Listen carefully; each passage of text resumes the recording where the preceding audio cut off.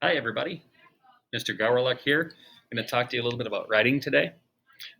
We have obviously probably a lot we could write about, depending on what you've been up to, maybe what you haven't been up to, or the things you wish you could be doing.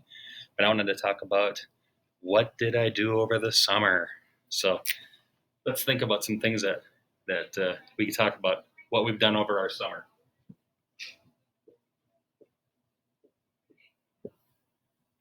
Well, some of you might have. Oh, nice to have markers that work. Some of you might have gone to a cabin.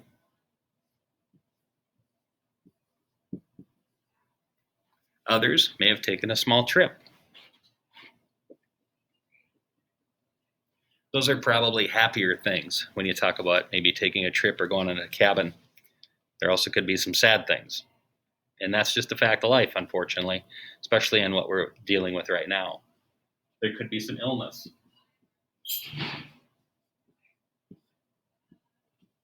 So when you think about what you're writing and what you're doing over the summer, there can be times where it's really happy. You could talk about a fish that you caught.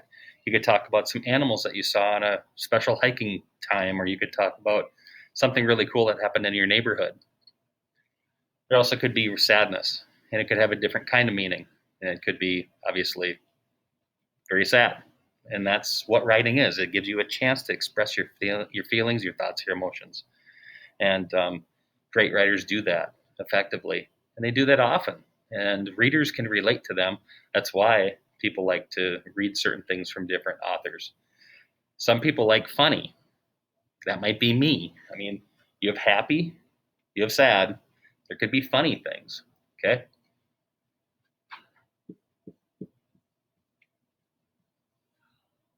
Okay. Whatever it is that you think that you could write about, we like to brainstorm and come up with some ideas first. You could just start writing. You could just start making the world's longest Guinness Book of World Records paragraph on the planet. But when you brainstorm ahead of time, you get a chance to organize your thoughts because each one of these could be a paragraph. Each one of these could have its own topic sentence, its own set of details, and then transition into another paragraph. The best writers typically will, at fifth grade, just as a benchmark, typically have 5 paragraphs when they write. 4 is okay, 5 is great, more than 5 is even better. You don't have to stop at 5.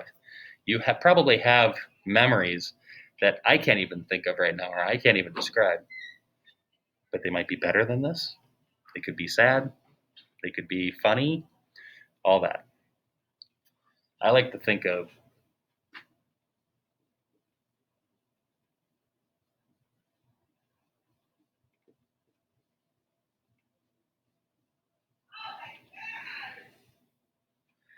I coached baseball this summer, and we had a really, really amazing season.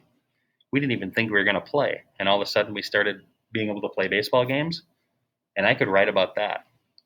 That could be a paragraph, or that could be something that's my entire essay, and I could take the baseball and I could break that down into smaller pieces.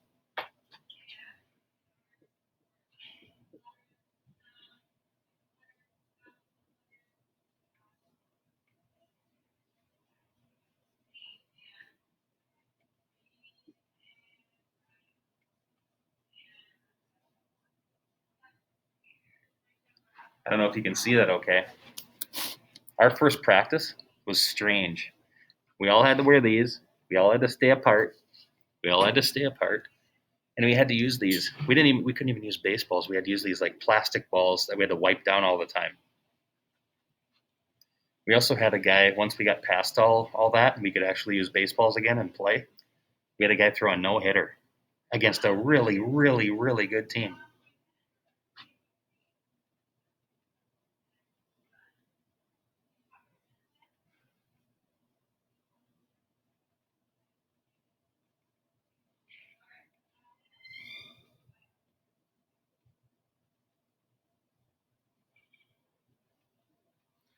We also had my son's name is Jake. He was on the team, and we had a game where he got a base hit, and it was a walk off game winning hit. and like everybody's really happy about it, and they were like running out and patting them on the head or whatever, and kind of hog pile type of thing. So I mean, you could just talk about one thing, or you could pick and choose. It's really up to you. But the idea behind what did I do last summer is to pick something that really makes your brain work. You want to be able to pick something that's easy, that makes you say, oh, I could write about that, or I could do that, because why pick something that you get stumped with, that you can't, you can't come up with anything. Some of the best writers just spend some time and literally just think.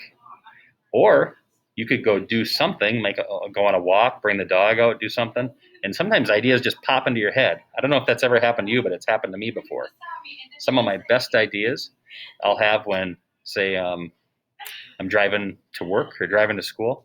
Some of the best ideas will come up when I'm talking with a friend. Some of my best ideas will pop into my head when I'm with my dog or kind of alone or things like that. So that's the way of getting started. Then what you can do is open up a Google Doc. Don't worry about a title yet.